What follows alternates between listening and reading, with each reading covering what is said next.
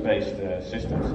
That means Red Hat technology, so the complete data center and cloud infrastructure portfolio, but also more legacy systems like Solaris and AX even nowadays.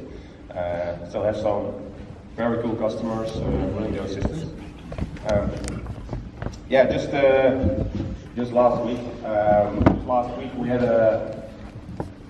we had with our team a very nice opportunity to show our skills, and as a team we got our customer was having a problem after a network domain migration, and they told us if we could solve that problem, and just with our teams and with the skills with our guys we did the root cause analysis, we fixed the problem, and the customer's up and running in a very short time. Very cool. As you can see, we are hiring. I'm not sure it's allowed, but we are hiring. So if you have a RHCA background or something, please contact me. Good. Working at Rhodix, what does it mean? It means working with a team of professionals. Informal atmosphere, professional work environment as a team. Okay, continue. With that helps, it's just go. You all saw the stand out there. What do we mean? We take care of your operations. So we understand infrastructure as code. We understand DevOps, and we know that you want to deliver. You want to deliver to your customer, and you want to do that quickly. You want to do a weekly or bi-weekly release, and you do not want to wait for operations to have a new environment ready in 18 months. You want to do that now, and you want an operations department which supports that. We provide you with a managed platform as a service. We provide you with platform as a service like OpenShift on-premise as well. Of course, like I say, powered by OpenShift, powered by Docker, powered by Kubernetes. We want to do what you do best, so what your developers do best. We want to let them code. We provide you with your development tools. We do not want you to worry about your operations stuff. We will make sure everything is secure, up-to-date, available, and performant. Now, Rhodix provides these services to you so you can focus on your business and your customers. And if you're interested in hearing more about this, I know a few of you already come to the stand. Please ask and we tell you more about it. Very short introduction because Twan is the man today. Twan, the floor is yours. Okay, thank you. Well, I'm interested in working at Rhodix. That's me. Twan Online, CTO of EasyFlex. The title of the talk is dealing with increased complexity of infrastructure. Well, we started out very simple, and we're starting. We're working with Docker containers in a year or two. So we're going through hardware virtualization to Docker containers, and I'll take you on the trip. And it's going to be an honest talk in the sense we had a lot of troubles a couple of years ago with our infrastructure, with the software development. 2014 was a year with the title Chaos. I hope it doesn't sound too familiar, but you can learn from it, from our mistakes. This is about me. Twan Online, studied software engineering and knowledge management from 1990 to 1995. I'm one of the founders, together with Ronald van der Lee, of EasyFlex in 2000. And EasyFlex, it is a company located in Oosterhout, just above Breda, where we are here. And it's sort of a home base for me. It is a software as a service company. We started out also in 2000. And we make employment agency software. I'm going to use one Dutch word, uitzendbureau software. That's it for the rest of the speech. Hope it doesn't ring a bell now.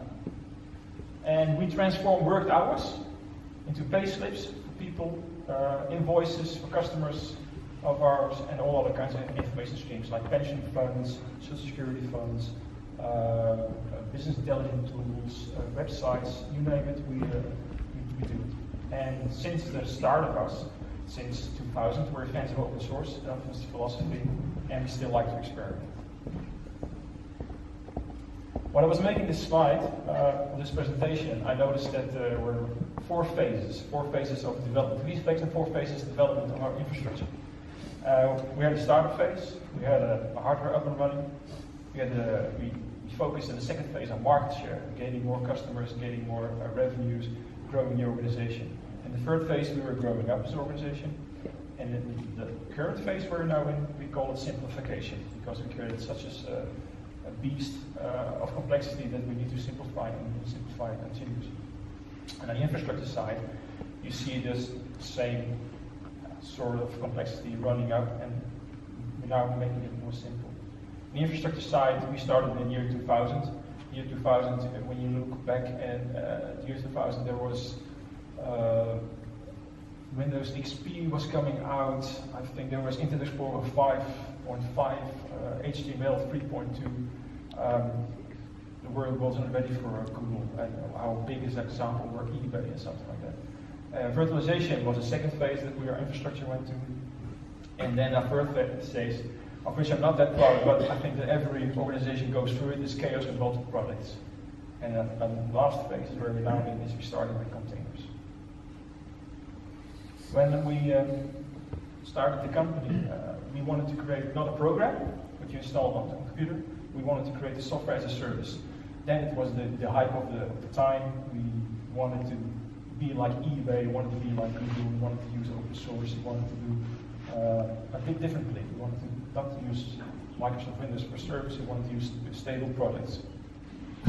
Sorry for Microsoft, but creating a stable software system is very important to me. I generally feel that if you press on a button on Tuesday, you get a reaction from the system, and on Wednesday it has to do the same thing, and on Thursday also, next week also.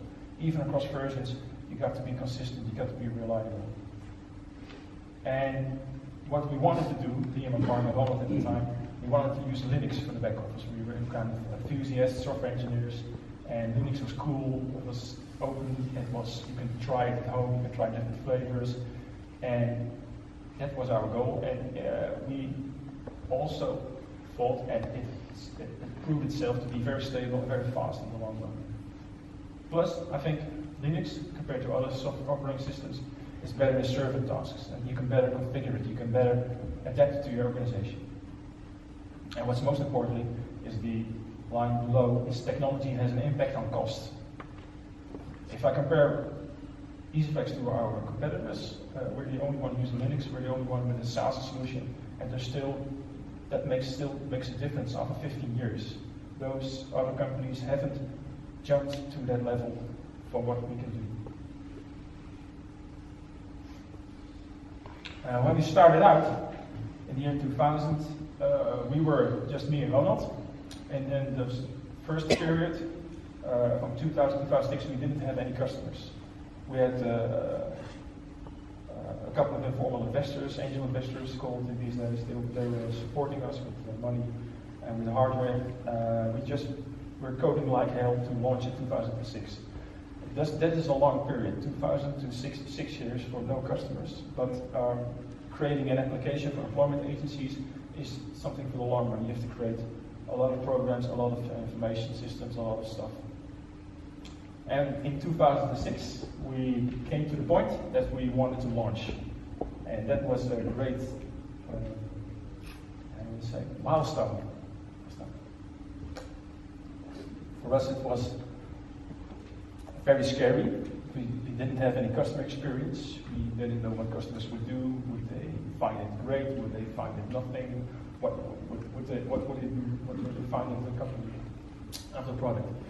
But nonetheless, it was 2005. We bought a lot of servers. We bought 14 servers. We didn't know what kind of load we could expect. So we bought 14 hardware servers. We hired a rack at an internet provider. Two of our sysadmins at the time, they bought routers, switches. I didn't understand shit of it. Sorry for the word. And we just installed all the stuff in the rack, and we got it up and running. And there was something that going on that the two sysadmins, they were doing distro of the week. Every week they were trying out a different Linux variety. They had Slackware, CentOS, Debian, Ubuntu, all kinds of versions, Scientific Linux. But we came to the conclusion that for a stable, secure system, we wanted to use Red Hat. So this, why we chose Red Hat for stable, secure system for the Red Hat? We chose Red Hat for the database service, therefore. And we're still using it for the database service. And the second phase in 2007, 2010 was when we were launched and we got customers. First we had 0. 3 years later, 150 employment agencies throughout the Netherlands. We grew from 10 to 20 people.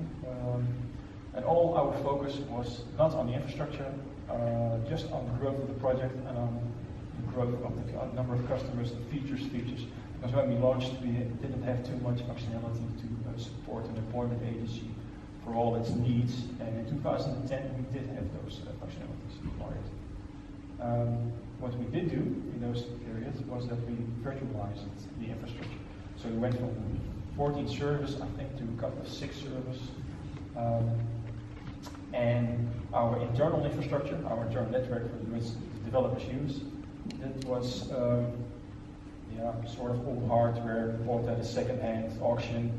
But we moved to a larger office in 2010. And moving to a larger office was easy, because you build a new infrastructure, a new office, and you leave all the old stuff behind. You move to something new. And then at the time we had the more and bigger solution to every problem we had with performance, with scalability. So we bought a bigger server, more hardware, more internal memory. The third phase, 2010 to 2013, we continued to grow in customers. Our organization grew to 35 people. We got a lot of demand from customers for different stuff. The world is changing. They wanted a mobile app. They wanted connections. They wanted document management with digital signatures. They wanted online tools. HTML5 was becoming mature. And we responded to that by creating 3 different software teams. We had a team for the legacy product, we had a team for the mobile, and we had a team for the online HTML5 platform. Now, those different teams, they all have different test, acceptance, development, stacks. So we have 3 different pipelines for software development. The number of virtual machines and databases that we managed exploded from, I think, 30 to 140, something like that. And we noticed that stability was becoming a problem. I used to come in on Monday morning after a great weekend, didn't really, and I would ask, what is broken? What needs to be fixed? There is a synchronization, or was something must be fixed? Must be everything. Usually there was a problem on Monday morning.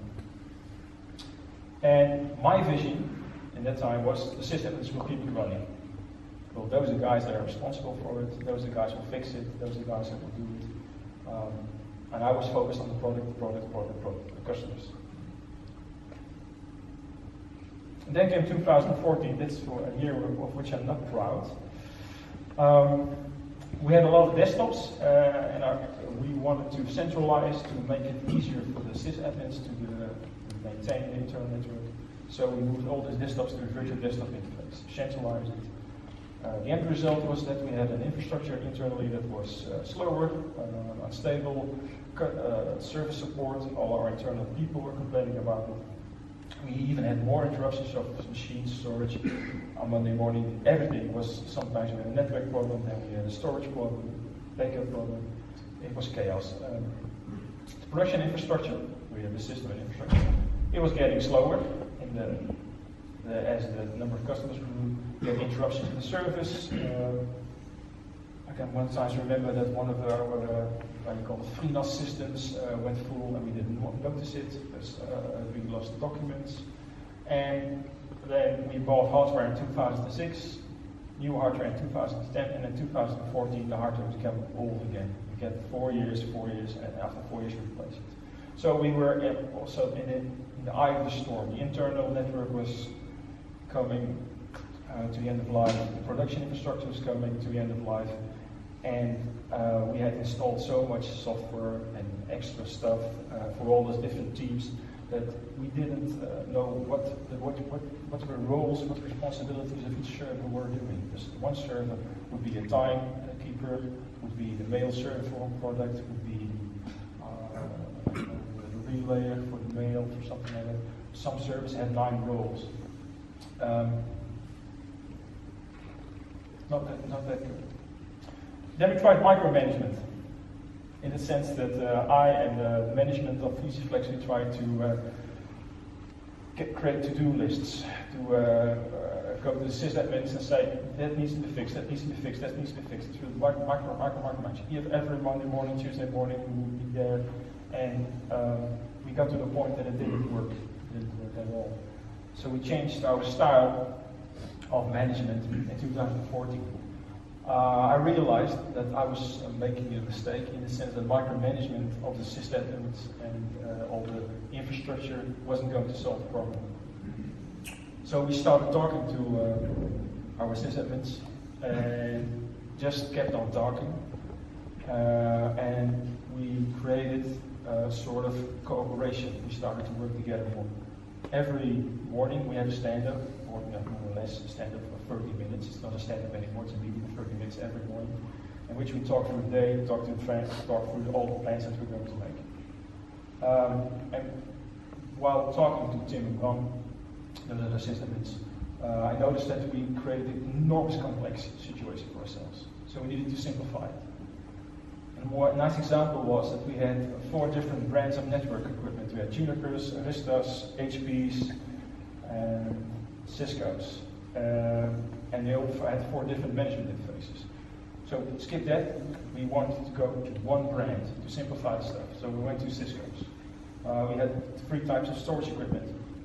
All we're going to standardize on one brand. And what was really necessary for us is we acknowledged we need help. We can't do it all. We can't fix it all. We can't know it all. And that's why, for instance, we're here. We're partners with Rhodix, because Rhodix is helping us to go with our compute cluster. We also moved our virtual Windows desktops to specialists. Another company that we outsourced it. Well, something I heard this morning, outsourcing is good. For some things you don't know much about, outsourcing is good. And we found a partner for each layer of infrastructure. So for storage, you have a partner, we have a partner for networking, we have a partner for compute cluster, and we have a partner for networking. All kinds of layers. What happened to us in 2015 to 2016 was remarkable. We replaced all our network equipment with one brand. We replaced all the old hardware piece by piece, replacing all the old roles. We reduced the number of virtual machines from 130 to 70, 80, while I'm talking to each team. We just went to the software teams, okay, you got these virtual machines, what do you need? Do you need this one, this one, this one? And they usually said, no, that's the old one, don't need it anymore, you can remove that one. And plus we upgraded our compute cluster to 3.6 of REF, and we replaced it with new hardware. And as a result of that, what we noticed and what customer noticed is that all these services are much more stable, much faster, and we don't have any problems anymore. And there's a lot of, serenity, quiet. You can see here developers ticking on the keyboards, there's no more stress, there's me not running in from something that's broken, customers can't work. It is just a nice, a bit dull, but it's what I want. And if I'm looking back, I can think that our current policy is that we prefer products that has support. Sometimes you need to get paid support for a product. Open source doesn't need to be free. Open source is okay, but paid support is really good, and Rhodix is excellent at that. And we also want graphical user interfaces for the sysadmins for ourselves. Open source is usually command line, that sort of stuff, but we don't do that anymore. We want a graphical user interface, and that's right. And we make plans, and that's sort of a shock for us, because I'm used to acting very fast, but making plans is better. And then the third is reducing the number of gotchas. I don't know if you experienced it, but gotchas are sometimes when you turn off a server and someone else cries, hey, something is broken. That stuff, that mail doesn't, the mails aren't relayed anymore, or we can't connect to the database anymore. Those are things that happen over time and that you forget when you don't document. Reducing the number of gotchas is really important, I think. We started to get the policy that we want to continue to simplify the stuff that we have.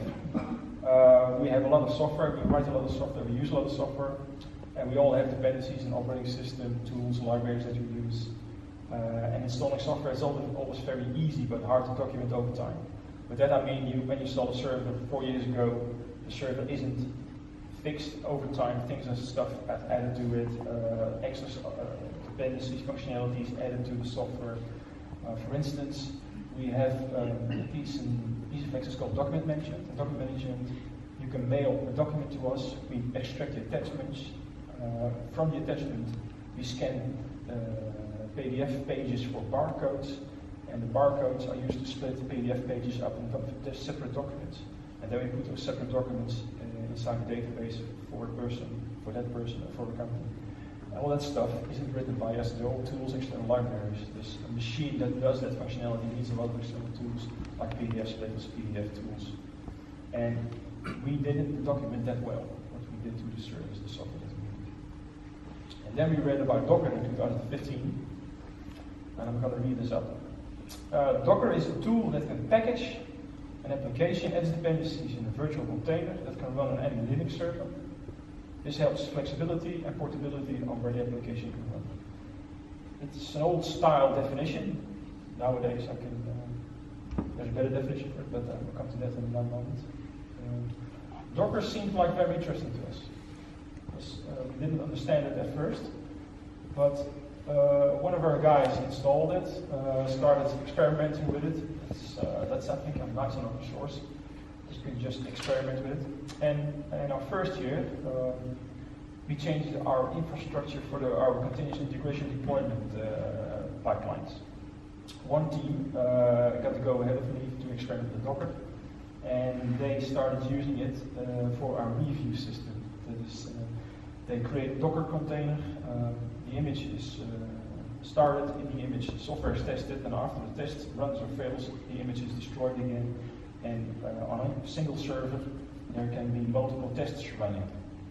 That's what we used it for. And that was successful with those Docker containers. So we started to choose more types of server roles to use it for.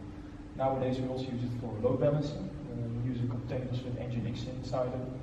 And for external tools that we use and connections.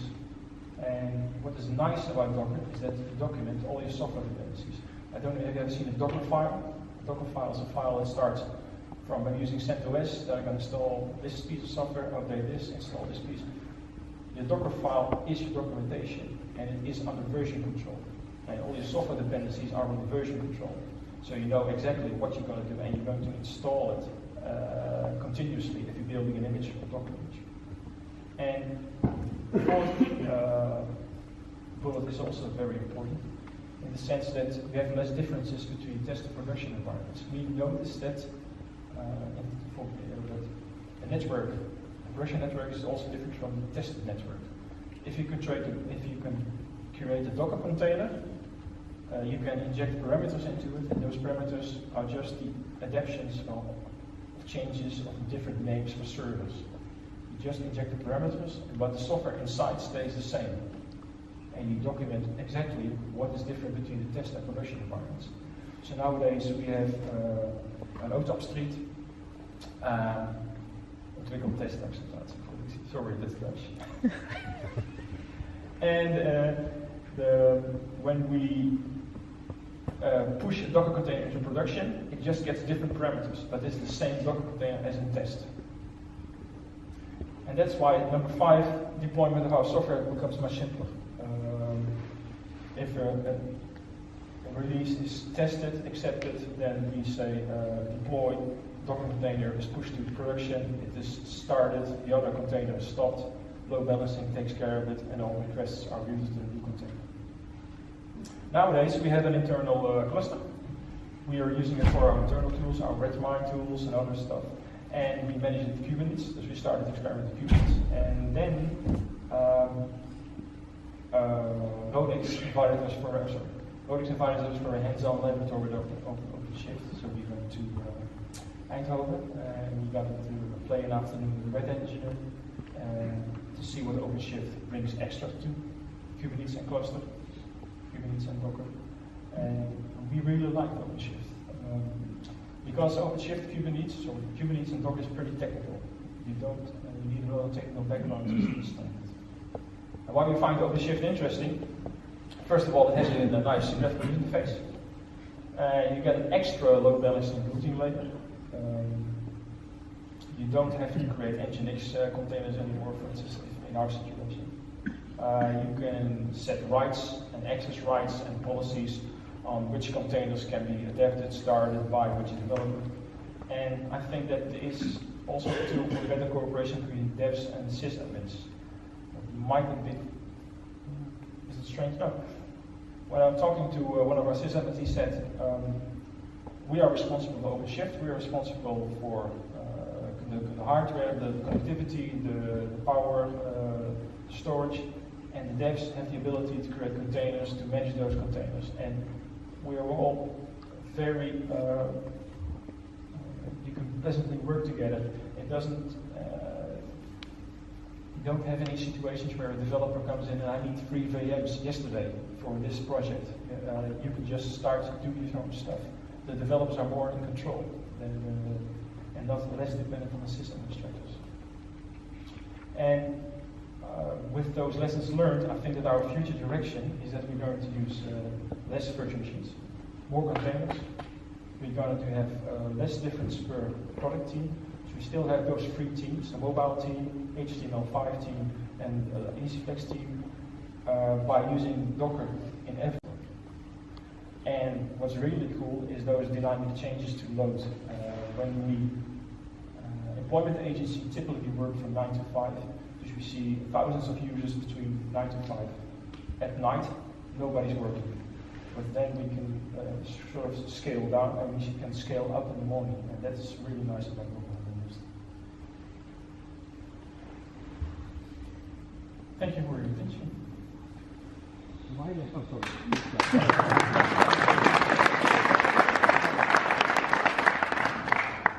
hell do you run on-premise? Because our production infrastructure is being migrated to a new platform, and we like to experiment on-premise. That's something different. Experimenting. I mean, I think this application typically runs perfectly in the cloud. Yeah. We got those are plans for the future also. Yeah, we got it to. I do consultancy then. We do too. No, I think if we're going to have an internal cluster running, it's easy just to put it on there and experiment with the VMs, virtual machines on those internal clusters. And using containers is going to enable us to move it to the hybrid cloud.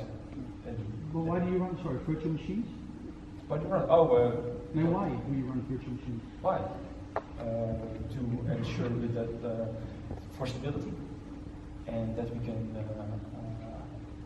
we don't need the hardware anymore. I assume you need hardware to run virtual machines, right? Yeah, less hardware than we used to. Okay. Yeah. You can also run containers directly on the operating system. I know. But that's a plan for the future.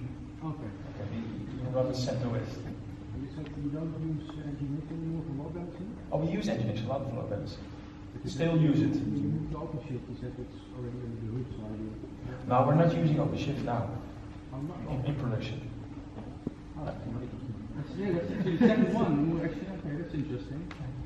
No, we think that's an extra. Nginx is great at load balancing, it's simple, but we're going to use, I think if we're going to use OpenShift, they're going to let Nginx go away.